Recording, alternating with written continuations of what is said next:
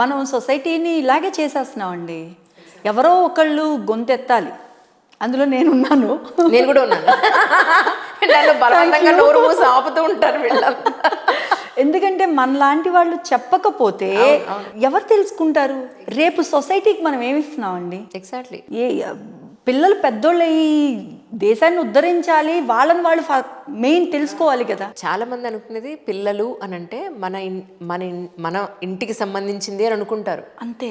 మన ఇంటికి సంబంధించి కాదు, పిల్లలు ఈజ్ ఎ సొసైటీకి సంబంధించింది, దేశానికి సంబంధించింది అన్న విషయం వాళ్ళకి ఎప్పుడు తెలిసేది? ఎలా అర్థమయ్యేలా చెప్పాలి? విషయం ఏంటి, మా పిల్లల గురించి మాకంటే వాళ్ళకి ఎక్కువ తెలుసా? ఇదొక డైలాగ్ అనమాట. నిజం నిజం. మా పిల్లలు మాకు తెలియదా, వాళ్ళేంటి మాకు చెప్పేది? అరే బాబు, మీ పిల్లోడిలో తేడా నేను గుర్తిస్తున్నాను, మీరు గుర్తించండి అంటే యాక్సెప్ట్ చేయట్లేదండి వాళ్ళు. మా పిల్లోడు ఇంతే, వాడు బానే ఉన్నాడు, ఈజ్ అబ్సల్యూట్లీ. అంటే వాళ్ళు ఎలా అంటే ఒక పప్పెట్ ఉంటుంది చూడండి.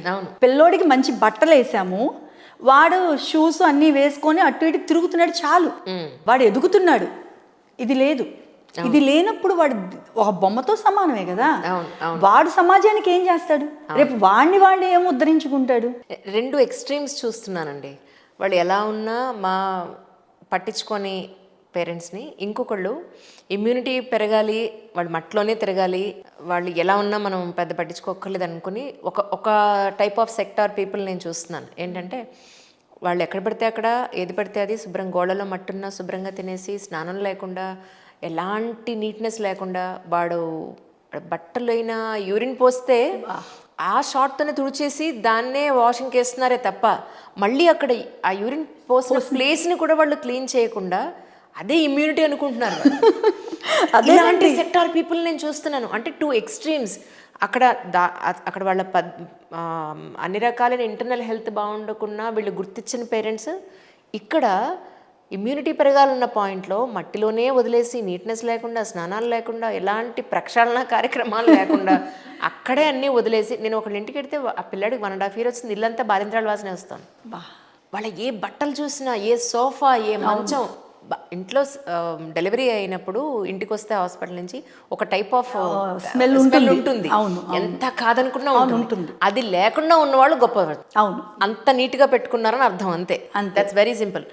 కానీ 1.5 years అయినా కూడా పిల్లలు ఇంట్లో ఇప్పటికీ ఆ బట్టలు, ఆ సోఫాలు, ఆ మంచాలు అదే వాసన వస్తున్నాయంటే ఎంత హైజీన్గా ఉన్నారు అనేది బాధేసేస్తుంది. అవును అవును. ఇది కూడా వాళ్ళకి తెలియట్లేదు. పిల్లాడు ఒక చోట మోషన్ పాస్ చేసినా, చంటి పిల్లలు యూరిన్ పాస్ చేసినా ఆ ప్లేస్ని నీట్గా పెట్టాలనే పాయింట్ లేకుండా డోర్మెట్ తీసి వేసేస్తున్నారు. ఆ డోర్మెట్ ఎక్కడ ఉంటుంది? మళ్ళీ మనమే కాళ్ళు తుడుచుకుంటాం. దానికి ఒక క్లాత్ ఉంటుంది, ఆ క్లాత్ మనం నీట్గా వాష్ చేయాలి, ఎండలో ఆరేయాలి. అండర్వేర్లు అన్నీ కూడా పిల్లలవైనా పెద్దవాళ్ళైనా ఎండలో ఆరేయాలనే విషయం వాళ్ళకి తెలియట్లేదు. ప్లస్ ఒకప్పుడు అంటే అది అప్పటి సమాజానికి సరిపోయిందండి. ఇప్పుడు ఏంటంటే టాయిలెట్ ట్రైనింగ్ ఇవ్వట్లా. అవును. పిల్లవాడికి 3 ఏళ్ళు వచ్చినా ఇగో నువ్వు వాష్రూమ్లోకి వెళ్ళాలి, లేదా పలానా ప్లేస్ ఉంది నువ్వు టాయిలెట్కి వెళ్ళాలంటే అనేది కూడా లేదు. ఎక్కడ పడితే వాడు వెళ్ళినా తుడిచేసుకోవచ్చులే అనేది. సో ఇవన్నీ కూడా ఏంటంటే మీరు చెప్పినట్టే రెండు ఎక్స్ట్రీమ్సే. మనం హైజీన్ పాటించాలి, అలా అని చెప్పి ఓవర్గా చేయకూడదు. దేన్నైనా సరే ఓసిడి అయిపోకూడదు మనం. సర్టెన్ ప్లేసెస్ ఉంటాయి, పిల్లోడు ఎక్కడ ఆడుకోవచ్చు, ఆట అనేది కావాలి. మనము 4 గోడల మధ్యలో ఉంచుకోకుండా పిల్లోడు వదిలేసి ఓకే, ఒక టైమర్, ప్రతిదానికి ఒక టైం స్కెడ్యూల్ అనేది మనం పిల్లోడికి పెట్టాలి. మనము వాడితో ఇంటరాక్ట్ అవ్వాలండి. నేను మెయిన్ పేరెంట్స్కి చెప్పేదంటే తల్లి తండ్రి ఇద్దరూ పిల్లలకి స్పెండ్ చేయాలి టైం.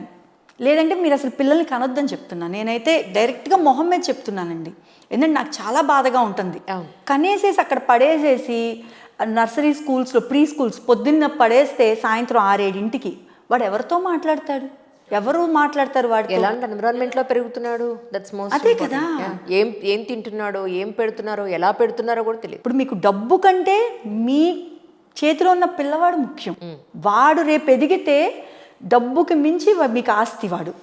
సో అది ఆస్తి అనుకోవట్లా, డబ్బులు ఆస్తి అనుకుంటున్నారు. ఒకప్పుడు ఏంటంటే ఏదో అంటారు కదా, దొడ్డెడి మంది సంతానం ఉంటే అదే పెద్ద ఆస్తి అని. బట్ ఇప్పుడు ఉన్న ఒక్కళ్ళని ఇద్దరిని కూడా చూసుకుంటే టైం ఉండట్లేదు. ట్రూ.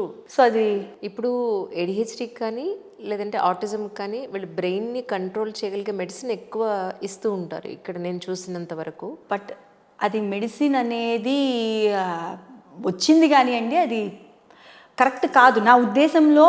అది నేను చూసిన వాళ్ళలో ఇప్పటివరకు అంత ఇంపాక్ట్ అయితే చూపించలేదు. అదే అంటున్నాను, పిల్లడు టోటల్గా బ్రెయిన్ని కంట్రోల్ చేసి స్లో డౌన్ అయిపోతాడే తప్ప ఆ టాబ్లెట్ పని చేసినంతసేపు తర్వాత మళ్ళీ అంతా నార్మలే ఉంటుంది. ఏం చేస్తుందంటే ఒక స్లీపింగ్ పిల్ లాగా ఎగ్జాక్ట్లీ. వాడి ఆ హైపర్నెస్ని తగ్గించేయటం కోసం వీళ్ళు వేస్తున్నారు పిల్స్. అది కొంతసేపటి వరకు పనిచేస్తుంది, మనకి మత్తు మందు అలాగా అది దాని ఎఫెక్ట్ అయిపోగానే మళ్ళీ వాడు అలా. కానీ వాడు జీవితాంతము దానికి బానిస అవ్వకోకుండా ఒక థెరపీ ద్వారా బిహేవియర్ని మనం మాడిఫై చేస్తే ఈ పిల్స్ అన్ని సైడ్ ఎఫెక్ట్స్ ఉండవుగా మీకు. వాళ్ళు ఏంటంటే అప్పటికప్పుడు కామ్ డౌన్ చేయడానికి చూస్తున్నారు, పర్మనెంట్ సొల్యూషన్ చూడట్లే ఎవరు కూడా. మేము అందుకే అంటే ఇక్కడ వాడుతున్నారు కానీ అసలు యుఎస్లో కానీ ఎక్కడ కూడా మెడిసిన్స్ అనేవి ఇవ్వట్లేదండి. మెడిసిన్స్ లేవు చెప్పాలంటే, దానివల్ల సైడ్ ఎఫెక్ట్స్ ఉంటాయి. కరెక్ట్. అదేంటంటే behaviour problem. Brain already processing అనేది లోపల అయిపోయింది, మనం ఏం చేయలేము. బట్ బిహేవియర్ ద్వారా దాన్ని సర్టెన్ లెవెల్కి తేవచ్చు అనేది మేము ప్రూవెన్. ఇదంతా కూడా ప్రూవెన్ సబ్జెక్ట్ కరెక్ట్ సైంటిఫిక్గా. అందుకే మేము సైకాలజీని నమ్మం, మేము న్యాచురల్ సైన్స్ అంటాం. ఏబిఐ ఈజ్ అ న్యాచురల్ సైన్స్. అంటే మేము ఏదైనా సరే అబ్జర్వబుల్ మెజరబుల్ ఉన్న వాటిల్నే మేము బిహేవియర్గా కన్సిడర్ చేస్తాం. ఇప్పుడు హ్యాపీగా ఉన్నారు, మీరు ఎంత హ్యాపీగా ఉన్నారు నేను కొలవగలనా? ఇంటర్నల్ మనం కొలవలేం కదా, దానికి కొలమానం లేదు. బట్ మనం చేసే ప్రతి బిహేవియర్ని మనం కొలవచ్చు. వాడు ఎంతసేపు ఇన్అప్రోప్రియేట్ బిహేవియర్ షో చేస్తున్నాడు, వాడు ఎంతసేపు ఏడుస్తున్నాడు, వాడు ఎంతసేపు కొడుతున్నాడు, ఈ బిహేవియర్స్ అన్ని క్యాలిక్యులేట్ చేసి దాన్ని తగ్గించి మేము డైరెక్ట్గా మెజర్మెంట్స్ తీసుకుంటాం అనమాట. కానీ మీరు టాబ్లెట్స్ ఇవ్వనంటున్నారు, బిహేవియరల్ థెరపీ మీరు ఇస్తూ ఉంటున్నారు. బ్రెయిన్ ఆల్రెడీ ఒక అంతా ట్రైనప్ చేసిన తర్వాత, స్కెడ్యూల్ చేసేసిన తర్వాత బాడీని మీరు ఎలా బిహేవియర్తో సెట్ చేస్తారు? కానీ వాడి బ్రెయిన్ వాడికి పోక్ చేస్తూనే ఉంటుంది కదా, you do these, you should not do these, ఇవన్నీ చెప్తూ ఉంటుంది కదా. How can you control that? అది ఎలా కంట్రోల్ చేస్తాము అంటే రీఇన్ఫోర్స్మెంట్ స్ట్రాటజీస్ ఉపయోగించి. ప్రతి మనిషిని ఎవోక్ చేసేది బిహేవియర్ రీఇన్ఫోర్స్మెంట్ కోసం. సో వాడు ఏం ప్రిఫర్ చేస్తున్నాడు, ఆ ప్రిఫరెన్సెస్ని మేము రీఇన్ఫోర్సెస్గా యూజ్ చేస్తాం. యూజ్ చేసి ఫస్ట్ మేము వారితో పెయిరప్ అవుతాం.